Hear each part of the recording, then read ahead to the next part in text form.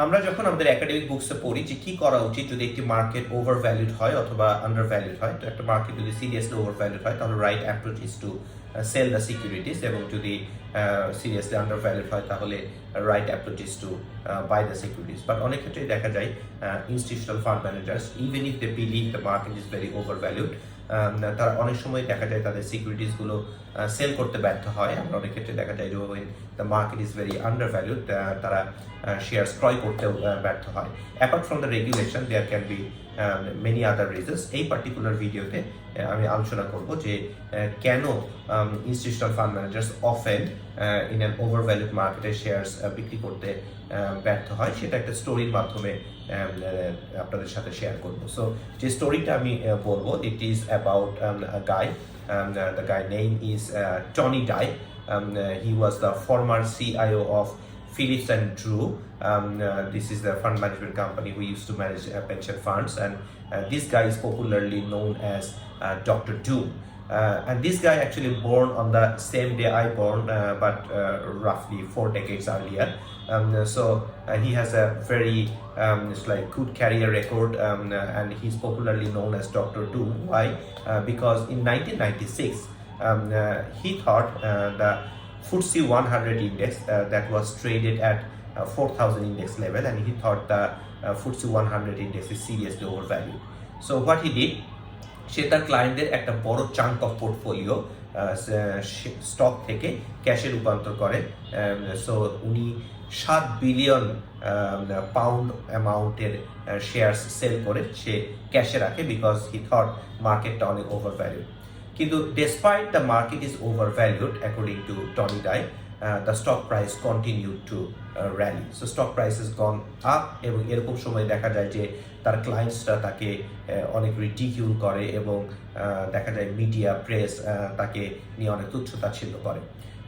Stock prices went up and up, এবং in 1999 the clients তারা যখন মেজার করলো যে they lost money of potential gain. So তারা দেখলো যে তারা অনেক টাকা লস করেছে, যেটা আসলে পোটেনশিয়াল গেইন হতে পারতো, সেটা হয় না। So opportunity loss you can say.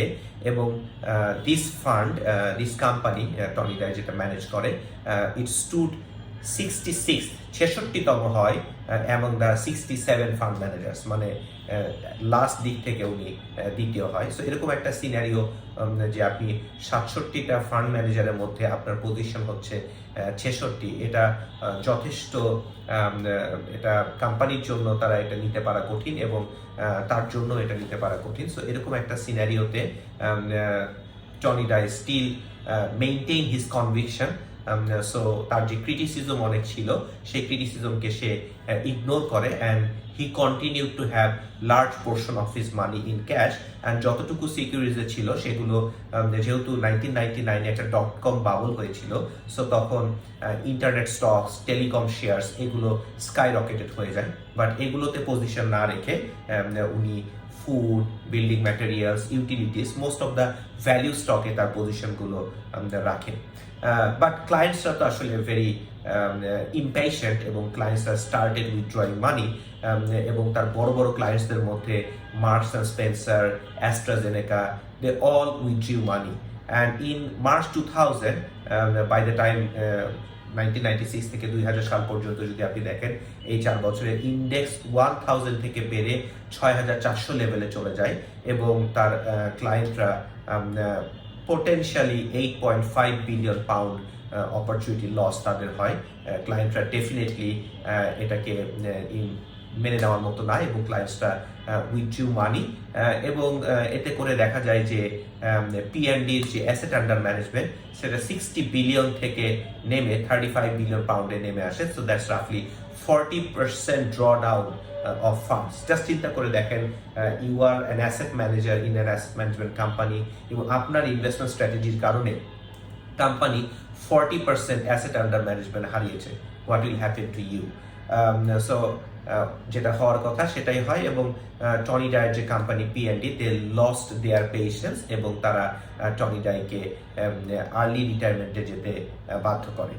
So এরকম একটা সিনারিওতে যেটা হয় যে তার firm lost patience about his strategies, এবং Tony Dye had to go for early retirement because তার ফার্ম একেবারেই এই বিষয়টাকে আর নিতে পারে নাই এবং তারা ডিসাইডেড যে Tony Dye will go for early retirement এবং ক্লায়েন্টদেরকে তারা এই নিউজটি ডিসেমিনেট করে. So eventually Tony Dye proved right, but it was too late for him as a carrier. So just after a month of his departure, the stock market crashed and internet and telco stocks plunged, and the value stocks he actually positioned, those outperformed.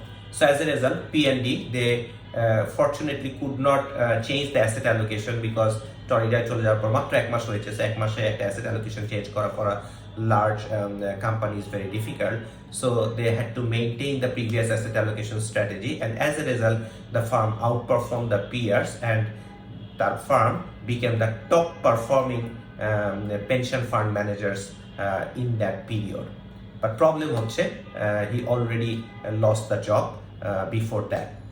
So most people don't have the conviction like Tony Dye.